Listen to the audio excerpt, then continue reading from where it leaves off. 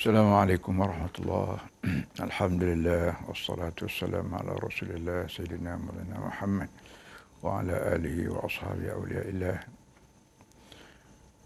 Sebelum daripada kita masuk dalam masalah hidayat atau tidak, masalah cinta dan sebagainya, pertama sekali kita mesti mengakui bahawa manusia tidak mengenal manusia. Kerana yang mengenal manusia ialah tukang yang membuat manusia. Sebagaimana kita bila kita makan seketul kuih, walau bagaimana sedapnya kuih, bagaimana seronoknya lidah kita mengecap kuih, tapi si pemakan tak boleh kenal benapa ramuan dalam kuih, kecuali tukang yang membuat kuih. Tukang yang membuat kuih itu sajalah yang menentukan telur banyak ini, garam banyak itu, gula banyak ini, lemak banyak ini. Begitu juga manusia. Tak ada manusia atas dunia boleh kenal manusia. Ia kenal manusia ialah tukang yang buat manusia. Tukang yang membuat manusia ni siapa? Boleh jadi kita kata ibu bapa. Dia ibu bapa, doktor, bidan. Tapi ibu bapa juga manusia. Jadi mana boleh manusia walaupun bernama ibu bapa kenal manusia. Yang mengenal manusia ialah Allah. Allah ini satu perkataan yang digunakan oleh manusia sedunia. Sama ada nama Khuda, sebutan Khuda, sama ada God, sama ada Tuhan. Tapi tumpu yang sebenarnya ialah Allah. Itu tetapan daripada Allah mengikut ajaran kitab-kitab suci dari langit. Dalam Islam memang sebut Allah. Allah, oleh kerana Allah ni tukang buat manusia, dan dia juga lah tukang yang buat bumi untuk manusia berpijak. Dia juga membuat langit untuk cakrawala bergantung di sana, mengeluarkan cahaya, mengeluarkan udara, mengeluarkan hujan, mengeluarkan oksigen. Jadi kesimpulannya, manusia perlu pada Allah. Kerana Allah yang mencipta. Dan Allah ini mesti ada belum daripada barang yang dicipta. Barang yang dicipta. Saya buat kuih, maka saya mesti ada belum daripada kuih ada. Saya buat rumah, saya mesti ada belum pada rumah tu ada. Mana boleh rumah ada dulu, baru ada tukang. Mana boleh kuih ada dulu, baru ada tukang. Tak boleh. Jadi Allah ni kena ada belum daripada segala-gala wujud ni ada. Baik bintang di langit, baik pokok kayu di bumi, baik manusia bertaburan, dia kena ada belum daripada ada yang segala-gala yang lain. Kalau tidak begitu, dia nak buat macam mana? Artinya, Allah yang mengadakan segala-gala bahan mentah. Bahan mentah sendiri tak ada. Allah Ta'ala buat dunia, buat langit, buat bumi, buat udara, buat manusia tanpa bahan mentah. Kalau bahan mentah tu ada dah, arti ada orang lain buat bahan mentah. Maka dia tu jadi Allahnya. Mana boleh Allah buat langit dia dengan bahan mentah yang orang lain sedia, yang orang lain buat. Jadi mau tak mau, kita kena cari Tuhan yang membuat bahan mentah. Belum pada bahan mentah ada, tukang tu kena ada dulu. Hak itulah kita panggil Allah. Jadi kesimpulannya, Allah ada belum daripada ada segala-gala mawujud. Baik. Bila kita yakin Allah yang mengadakan kita, tidak iblis, tidak hantu malang, maka Allah menetapkan keperluan manusianya, benda yang aku buat ni keperluan ini. Macam kita buat motorkar, belum daripada kita buat motorkar, kita siap. Jalan raya ada ke tak ada? Kalau jalan raya tak ada, nak buat motorkar buat apa? Petrol ada ke tak ada? Kalau petrol tak ada, nak buat motorkar buat apa? Besi untuk ring buat itu, ada ke tak ada? Kalau besi tak ada, mana boleh kita buat motorkar? Jadi keperluan motorkar tu, kita juga menentukan. Mana boleh kita buat motorkar, tahu-tahu petrol tak ada, kita berbahaya dalam tangki. Mana boleh? Jadi, keperluan manusia ditentukan oleh Allah. Termasuklah hidayat. Hidayat ni bahasa Quran. Bahasa Arab. Dan kita orang Melayu pun, kita guna perkataan hidayat juga. Cuma sekali-sekala kita guna panduan. Perlu apa hidayat? Hidayat maknanya tunjuk jalan. Walaupun kita kata manusia dah ada mata untuk tunjuk jalan. Kita ada mata untuk melihat jalan. Kita ada teleskop untuk menengok barang-barang halus. Tapi Allah yang membuat manusia telah menetapkan bahawa ada benda yang manusia tak nampak lihat dengan mata dia. Tak nampak dikesan dengan teleskop. Ada benda lain lagi yang dipanggil alam ghaib. Allah yang membuat benda yang nampak ini, Allah tu juga buat alam ghaib. Dan dia namakan dirinya sendiri dalam banyak-banyak nama Allah ialah Alimul Ghaib Wasyahadah. Allah yang mengetahui benda ghaib dan benda hadir. Kenapa tak tahu? Kerana dia buat benda ghaib. Dia juga buat benda zahir. Benda ghaib ini hak kita panggil malaikat, iblis, nafsu, roh, dosa, pahala, syurga, neraka ni barang gaib. Barang ni gaib nak guna bacaan negara lima tak boleh. Kerana memang segitu. Kalau kita misal atas dunia ni kak, elektrik. Elektrik ni cikgu yang mengajar elektrik sendiri pun tak tahu kenapa elektrik. Merah ke, putih ke, bulat ke, lepel ke, berduri ke, lincing ke. Tak ada nak guna bacaan negara, nak tengok elektrik tak boleh. Tapi kita tengok kesan dia. Kita buka switch, lampu menyala kerana ada elektrik. Kita buka radio, suara berbunyi kerana ada elektrik. Kita buka, kita letak di sareka kita, panas kerana ada elektrik. Letak di peti sejuk, dia sejuk kerana ada elektrik. Elektrik sendiri benda apa? Cikgu yang mengajar sendiri pun tak tahu. Engineer apa nama ni yang mewujudkan nama apa Hanson ke apa dia? Edison pun tak tahu kenapa elektrik. Tapi daripada kajian dia itu ada benda yang dipanggil elektrik. Jadi kalau atas dunia ada benda yang nak guna bacaan negara lima tak boleh, cuma kita boleh cam daripada kesan-kesan dia peti sejuk jadi sejuk serkai depan, maka lebih pada tu elektrik terlalu banyak, apa ni, benda gaib terlalu banyak. Termasuklah malaikat, syurga, neraka, dosa, pahala ni. Jadi bagaimana manusia ni dapat tentukan bahawa dia akan masuk syurga akhirat kelak? Tak ada orang boleh sebut kecuali Allah. Penunjuk inilah kita panggil hidayat. Kita perlu pada hidayat kerana tubuh kita ni ada nafsu. Tubuh saya ada nafsu. Tubuh tuan-tuan ada nafsu. Tubuh orang Cina, tubuh orang Inggeris, tubuh orang Eskimo, tubuh orang asli, semua ada nafsu. Ini Allah sendiri beritahu, wa nafsin wa ma sawaha fa alhamaha fujuraha wa taqwaha. Dalam tubuh manusia ni Muhammad ada nafsu. Dan nafsu ni dia mengeluarkan gelombang. Saya sebut nama gelombang. Gelombang jahat, gelombang baik. Yang pergi sembahyang Jumaat, nafsu.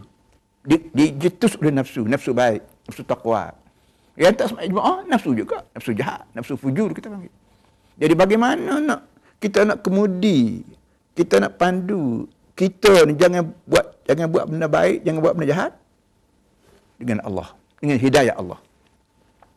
Hidayah Allah melalui akal yang diberi, perhati dan melalui Quran.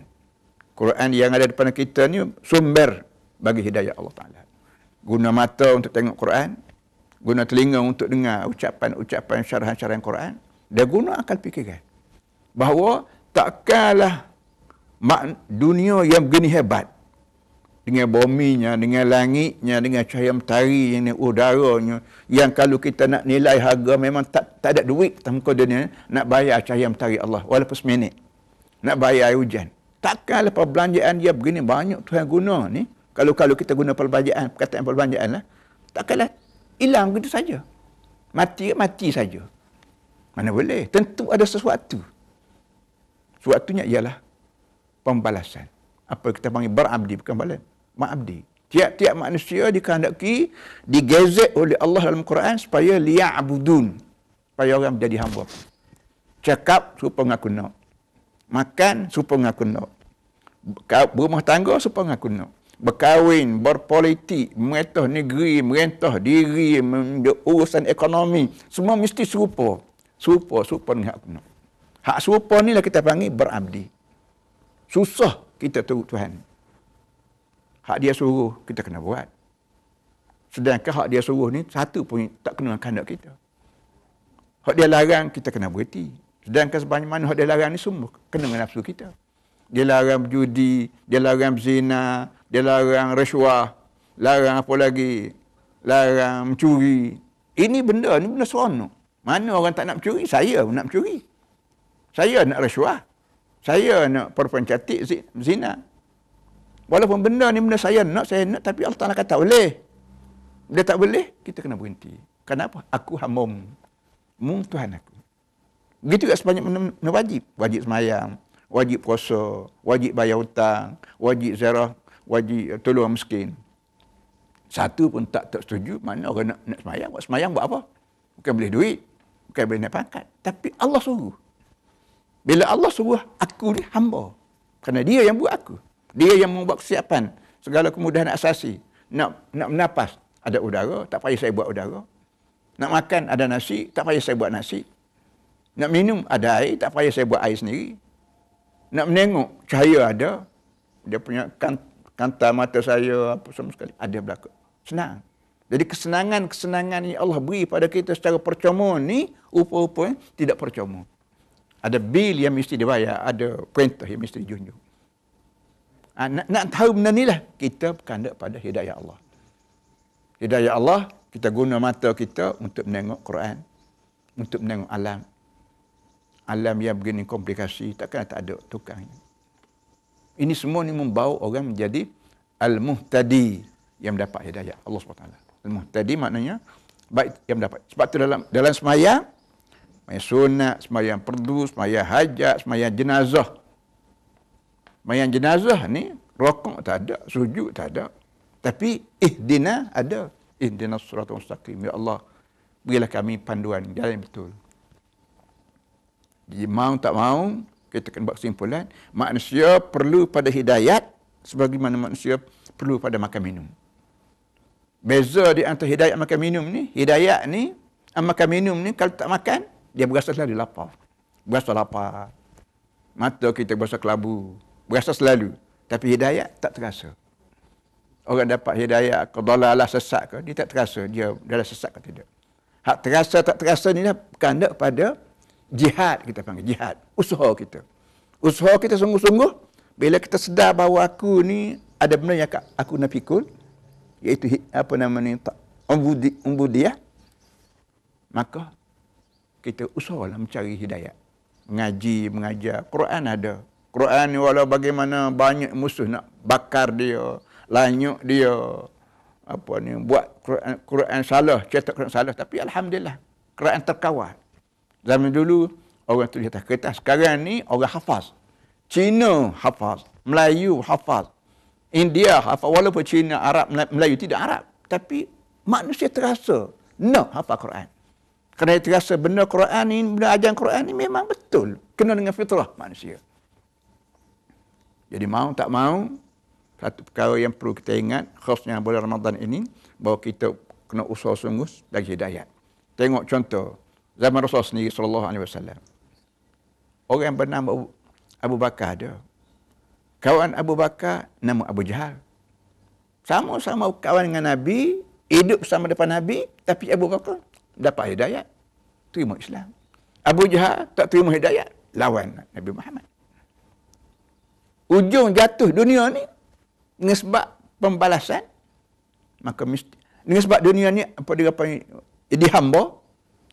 Allah Ta'ala janji kepada hamba-hamba di muka dunia ni, baik kita orang Melayu, baik orang Inggeris, baik orang Amerika, baik orang asli, kamu semua ni hamba. Tapi walaupun hamba, sepatutnya hamba ni bekerja, tak ada balasan apa, maka hamba. Tapi Allah Ta'ala kata, tak apa, hamba pun aku ada balas. Aku siap balasan. Yang baik setia dengan aku, syurga. Yang tak setia dengan aku, neraka. Walaupun orang Arab, walaupun orang Melayu, kalau tak setia dengan aku, neraka. Kita nak buat macam mana? Kita hamba. Kecuali kita boleh buat dunia lain. Buat bumi lain, buat langit lain, buat matahari lain, buat segala udara lain, kita duduk sana. Lepas daripada kuasa Allah Ta'ala. Kalau boleh, sela. Tapi kalau tak boleh buat, nak buat dunia lain, pasal kena mengaku bahawa aku ini abdaka wa anta rabbi. Aku hamba-Mu, dia-Mu Tuhan aku. Jadi inilah benda yang saya nak sebut, bahawa manusia perlu pada hidayat sebagaimana perlu pada makan minum, kerana hidup kita ni bukan berhenti setakat mati. Dalam sastra Melayu sebut, tamat riwayat hidup bila mati. Tak betul. Perkataan tak betul. Tamat riwayat hidup bila mati tak betul. Mati ni satu proses. Bagaimana kita dalam perut mak, proses dia kemudian keluar. Satu proses. Keluar pula menjadi bayi. Daripada bayi menjadi belia. Daripada belia menjadi dewasa. Daripada dewasa menjadi tua bongkok. Itu proses hidup. Dan mati. Tak habis lagi mati tu. Masuk dalam kubur ni proses hidup. Lama timbul balik. Bagaimana benih yang kita tanam dalam tanah kita, walaupun kita racun, kita bakar, dia hidup. Bila mari hujan, mari udah hidup. Kita juga akan hidup. Mati, hidup. Bila hidup depan Allah akhirat kelak, tentu syurga neraka, ketika itu baru selesai masalah. Barulah tamat proses hidup kita. Ke syurga tak berhenti-henti, ke neraka pun tak putus-putus. Ini benda yang saya nak sebut. InsyaAllah tahulah kita bagaimana pentingnya hidayat, kerana mesyuar ataupun destinasi kita terlalu jauh lagi. Ya tak boleh kita nak fikir sendiri kalau tidak melalui Al-Quran Karim. Dalam kaitan ini, Tuan Guru ada sebut tentang Al-Mubtadi, insan yang ada yang mendapat hidayah. Yeah. Kalau dalam kisah cinta dalam Al-Quran, kita akan bertemu dengan kisah bagaimana Nabi Allah Yusuf AS sebagai seorang yang berhidayah. Manakala Zulaikha tiba-tiba tertarik kepada beliau. Bagaimana itu? Yusuf AS adalah manusia. Seperti manusia-manusia lain, termasuk Nabi kita Muhammad SAW manusia. Bila manusia, dia berdepan dengan hidayah dan dalalah. Macam tadilah. Dia mendapat hidayat. Yusuf, orang muda. Cantik. Mengikut Nabi kita Muhammad SAW, Allah Ta'ala turunkan cantik ni di dunia ni. Kalau cantik di dunia ni turun satu guni, maka hak bagian Yusufnya 50%. Hak lain 50%. Atas Yusuf seorang tu 50%. Hak baki seluruh dunia ni 50% lagi. Kita tahu sendirilah bagaimana cantiknya Yusuf. Dan orang Mesir memang sampai sekarang pun cantik orangnya. Tubuhnya apa semua sekali. Jadi bagaimana seorang muda yang cantik tidak digoda oleh seorang perempuan.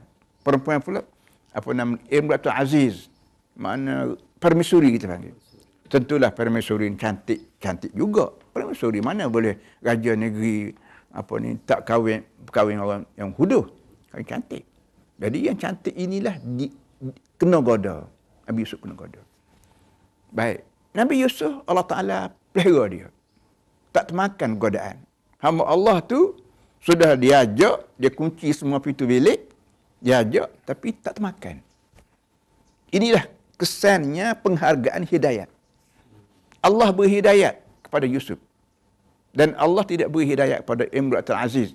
Goda, macam-macam tekanan nak jail apa semua sekali. Semakin nampak pada kita bagaimana pentingnya hubungan rapat kita dengan Allah Subhanahu Wa Taala. Kita terlalu penting merapatkan diri dengan Allah. Yang kita panggil taqarrub ila Allah, zulfa ila Allah. Cara nak dapat rapat dengan Tuhan ni bertakdilah. Buat, junjung, patuh perintah Allah. Sebab itu dalam Islam ni dia ada satu istilah. Dalam kitab fiqh kita dia panggil mukallaf. Manusia dia sampai umur tertentu yang kita panggil akil balik, maka dia dicop dengan jenama mukallaf. Melayu mukallaf, India mukallaf, Cina mukallaf, Arab mukallaf, orang asli mukallaf bila sampai umur akil balik. Mukallaf maknanya dibeban. Allah Ta'ala bebankan manusia dengan imtithal wa ijtinab. Imtithal makna junjung. Ada perintah. Ijtinab makna mengelak diri daripada larangan. Jadi, baki lagi dari segi pengajiannya, kita diminta ikhtiar. Saya ikhtiar cara saya bagi merapatkan diri dengan Allah melalui buat yang dia suruh, tinggal. Orang lain juga berikhtiar. Abu Jahal ikhtiar. Abu Bakar ikhtiar. Abu Jahal ni tak tahulah dia ikhtiar atau tidak, ataupun dia turut hawa nafsu dia. Kalau kita ikhtiar, Tuhan beri. Tapi kalau turut nafsu, arti kita ikhtiar turut nafsu. Tidak ikhtiar turut Allah. Abu Jahal dia ikhtiar juga. Ikhtiar turut nafsu. Nafsu yang ada tubuh, nafsu jahat. Nafsu tadi mengeluarkan dua gelombang. Gelombang baik, gelombang jahat. Jadi Abu Jahal, dia ikhtiar turut nafsu. Nafsu jahat. Abu Bakar, ikhtiar juga. Mungkin dia tidak gila. Dia ada ikhtiar, dia turut nafsu baik. Dia fikir, dia perhati, dia renung. Betul Muhammad cakap, maka dia ikhtiar dia memihak pada turut Nabi Muhammad. Abu Jahal fikir-fikir, dia kata Muhammad ni, kalau aku turut dia, arti aku mengalah pada dia. Sedangkan aku ni Raja Mekah. Aku dihormati Mekah. Bila aku turut dia, jadi kehormatan orang ramai beralih ke Muhammad. Tak bagi daripada aku. Mana boleh. Itu bukan logik. Itu nafsu kita panggil. Jadi, Yusuf AS dipikir panjang, serta Allah Ta'ala juga lantik dia jadi Nabi. Allah yatabi ilahi man yasha' wa yahdi ilahi man yudib. Allah pilih orang tertentu dan beri hidayah pada orang tertentu. Tertentu inilah kita nak buat tak boleh. Kita paksa mengaku, ya Allah, masukkanlah aku dalam senarai orang yang kamu pilih. Itu yang kita boleh buat. Nampak kita ni lemah, hina dina. Tak boleh buat apa. Kalau Allah pilih aku, Alhamdulillah. Tapi Allah tak pilih orang yang tak menentu gitu. Dia pilih, dia perhati. Dia perhati orang ni sejak daripada sekian-sekian banyak, sekian lama, ada perasaan nak pada aku. Ada saja. Jadi kalau ikhtiar kita ada begitu, insya-Allah, walaupun akhir hayat kita, kalau kita dicetuk di hati kita untuk memihak pada Allah, Allah terima kita. Dalam keadaan Nabi Allah Yusuf yang seindah itu rupa bentuk yang Allah kurniakan kepada dia. Jadi bagi Zulaikha, salah ataupun berdosakah dia tiba-tiba tertarik pada Yusuf yang secantik itu? Cinta ada berlaku pada tiap orang. Ada berlaku. Dan cinta ni bukan benda buruk, benda mulia. Cumanya salah guna tak salah guna tu je. Orang pandai guna cinta, Alhamdulillah. Orang menyalahgunakan cinta, jahanam dia. Cinta kita macam duit lah. Duit lah poket kita. Adakah duit ni baik? Jawabnya, tengok pada keadaan pengguna. Kalau kita guna duit pada benda baik, maka duit benda baik. Kalau kita guna duit pada benda salah, panas kita. Duit sama, tapi atas kita. Kita ada pisau. Kalau kita nak potong sayur, nak potong daging, Alhamdulillah. Tapi kalau nak potong manusia, jadi baik tak baik benda tu terserah atas kita pengguna. Kita ada senapang, kita tembak tupai, tembak apa baik. Tapi tembak manusia, jahanam kita. Jadi cinta ni satu nikmat Tuhan yang terlalu amat besar nilainya sampai Allah sebut, "Qul in kuntum tuhibbunallah fattabi'uni yuhibbukumullah." Nabi Muhammad sebut, kalau mencinta kepada Allah, sayang pada Allah, maka tu aku. Maka Allah akan cinta sama padamu. Artinya kalau kita pandai menggunakan cinta, serah cinta ni pada Allah, tidak pada duit je, tidak pada makanan je, tidak pada tidur je, tidak pada balasannya, bahkan cinta kita kepada Allah. Duit yang kita beri ni belum pada masuk poket, duit saluran halal ke saluran haram. Satu. Bila masuk poket pula, nak keluar balik duit tu, keluar saluran mana? Saluran jahat atau saluran buruk? Kalau kita guna duit macam ni, insya-Allah duit ni akan bawa kita ke syurga.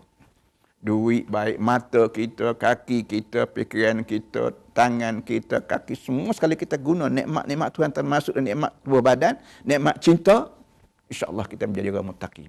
Sekadar SMS. Kalau tulis surat tak ada apa. Tapi apa jaminan? Itu dia. Apa jaminan SMS ini tidak membawa pada mudarat? Macam kita pergi tempat orang berjudi. Tetap berjudi. Tengok orang berjudi. Tengok orang minum arak. Tengok orang apa lagi. Pilihan-pilihan melocor. Apa jaminan? Lepas pada tengok ni, jiwa kita tidak tertarik. Ni tempat kawalan hidayat.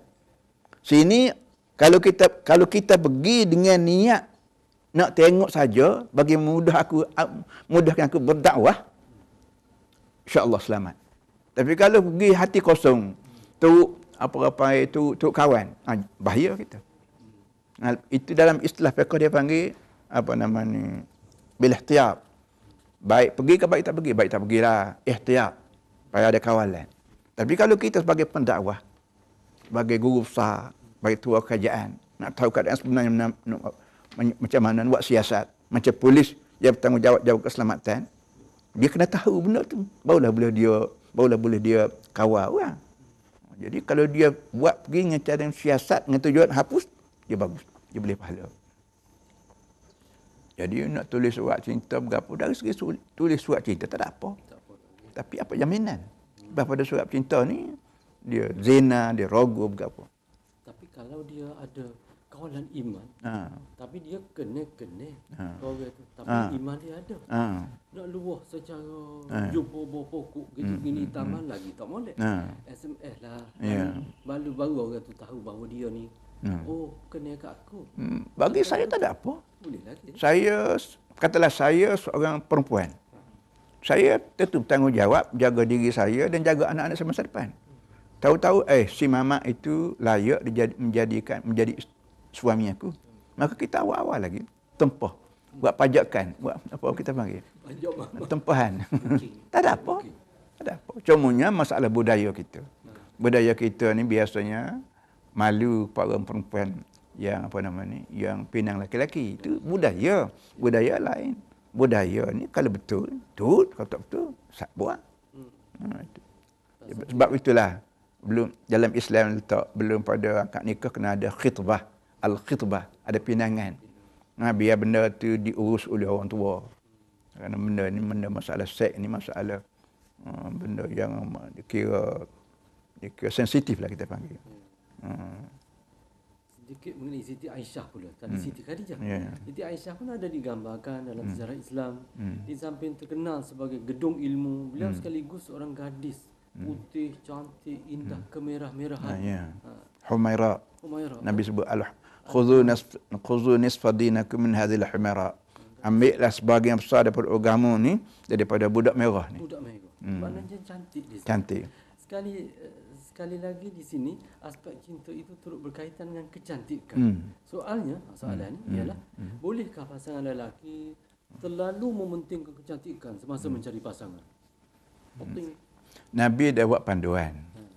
Seorang perempuan itu dikahwin li jamaliha wa diniha wa nasabiha, limaliha wa jamaliha wa diniha wa nasabiha. Kerana cantik, orang pinang perempuan. Kerana harta, dia gaji besar, harta banyak, orang pinang perempuan. Kerana nasab, kerana titih baris dia. Anak orang baik-baik, anak datuk-datuk, anak jutawan-jutawan, pinang juga. Kemudian akhirnya wadiniha, kerana dia berakhlak tinggi. Din kita panggil agama. Saya baru nama berakhlak tinggi. Nabi sebut doa. Fadfad bi dzati din taribat yadak. Nabi doa kepada perempuan, pada si suami yang isterinya Zatiddin, orang beragama. Dia kita panggil berakhlak tinggi. Jadi Nabi sendiri doa pada Allah Ta'ala minta selamat.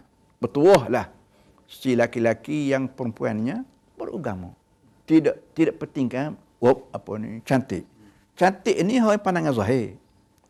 Cantik ni dia tidak lama.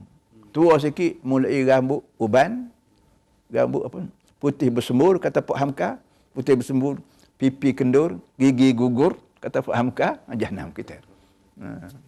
Tapi kalau beragama, sampai tua, cinta bersalin, cinta berbalas. Si laki-laki sayang pada isteri, walaupun tua, tapi kerana dia ni berbudi. Nabi kata Muhammad SAW, walaupun Siti Khadijah dah mati, dah berkahwin dengan Siti Aisyah dah. Tapi bila dia sembelih kambing, dia selalu bagi daging kambing ni kepada kawan Siti Khadijah. Dia minta Siti Aisyah beri pada orang ni, kerana orang ni kawan rapat dengan gemula Siti Khadijah. Sampai Siti Aisyah marah-marah. Apa masih sayang lagi pada perempuan mati. Cemburu perempuan masih ada. Saya banyak baca buku-buku yang menceritakan cinta ni, bila kita kahwin asalnya dengan cinta, makin tua makin kuat cinta satu sama lain. Si suami sayang sungguh pada isteri, makin tua makin sayang. Itu saya baca buku tulis dan saya boleh terima benda lagu ni. Itu boleh pahala ke? Dalam di bawah, tak salah saya, di bawah ayat walahunna mislul ladzi alaina bil ma'ruf, dalam tafsir Khazin. Tafsir Khazin dia mengandungi 4 tafsir. Jadi saya baca di bawah ayat itu, Abdullah bin Abbas, Abdullah bin Umar radhiyallahu anhu, Dia kata, inni atazayyanu li zaujati, inni uhibbu an atazayyana li zaujati kama uhibbu an tatazayyana li.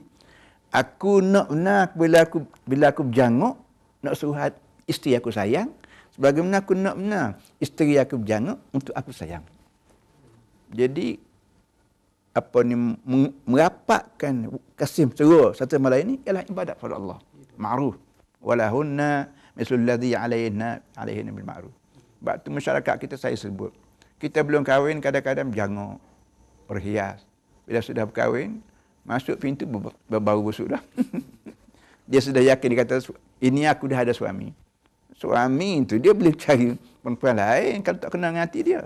Tapi kalau kita tutur kata yang baik, cara kita sambut suami balik daripada kerja dengan keadaan penat, letih, kita pergi buka pintu, misalnya ambil beg dia, timpan kasut dia. Oh, isteri yang macam ni sampai mati pun suami ingat. Dia cinta khidmat ni tidak benda besar, benda-benda kecil. Benda-benda kecil tapi benda tu sensitif. Orang akan terasa sampai mati. Kita bercakap dengan lembut, apa khabar, misalnya tanya nak makan apa bang, nak apa besok, bang nak makan apa, kalau ada rezeki kita adik masak misalnya. Dia kita tahu benda apa suami kita ni suka makan, baik kuih, baik sayur, baik daging, suka apa isteri kita, suami kita suka makan. Di mana kita pergi pun jumpa benda tu, kalau boleh kita ambil, kita beli, kerana ini kesukaan isteri saya, apa ni suami saya. Suami gitu juga, ini kesukaan isteri saya.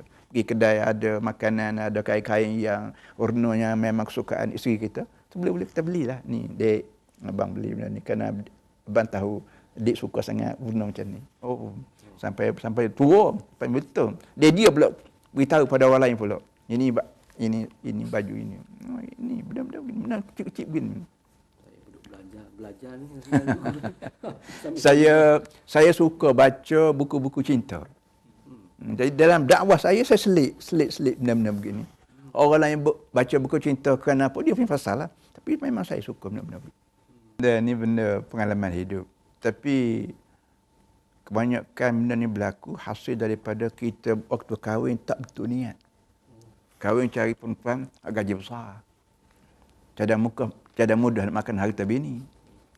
Makan harta bini tak malu ke kita? Si laki-laki hidup dengan harta bini. Akhir sekali bini benci, bercerai. Kerana kita letak kerja tu nawar itu tak betul dah. Cari hak cantik, cari hak harta banyak. Jadi cantik ni setahun, 2 tahun, 3 tahun, 4 tahun, ada luntur dari cantik dia tu. Mulalah benci, cari hak lain pula. Cantik pula. Ini punca. Jadi kalau kita kahwin itu kerana Allah. Allah suruh aku kahwin. Wajib atas aku kahwin. Kalau tak kahwin, aku berzina. Aku mengorak anak orang. Kita tu wajib. Kita tu pandailah cari isteri dengan tujuan nak tanam benih bagi melanjutkan kejadian manusia, umat Nabi Muhammad SAW. Jadi kalau kita niat begitu, insya-Allah payah nak timbul godaan syaitan. Saya lah, pengalaman saya lah.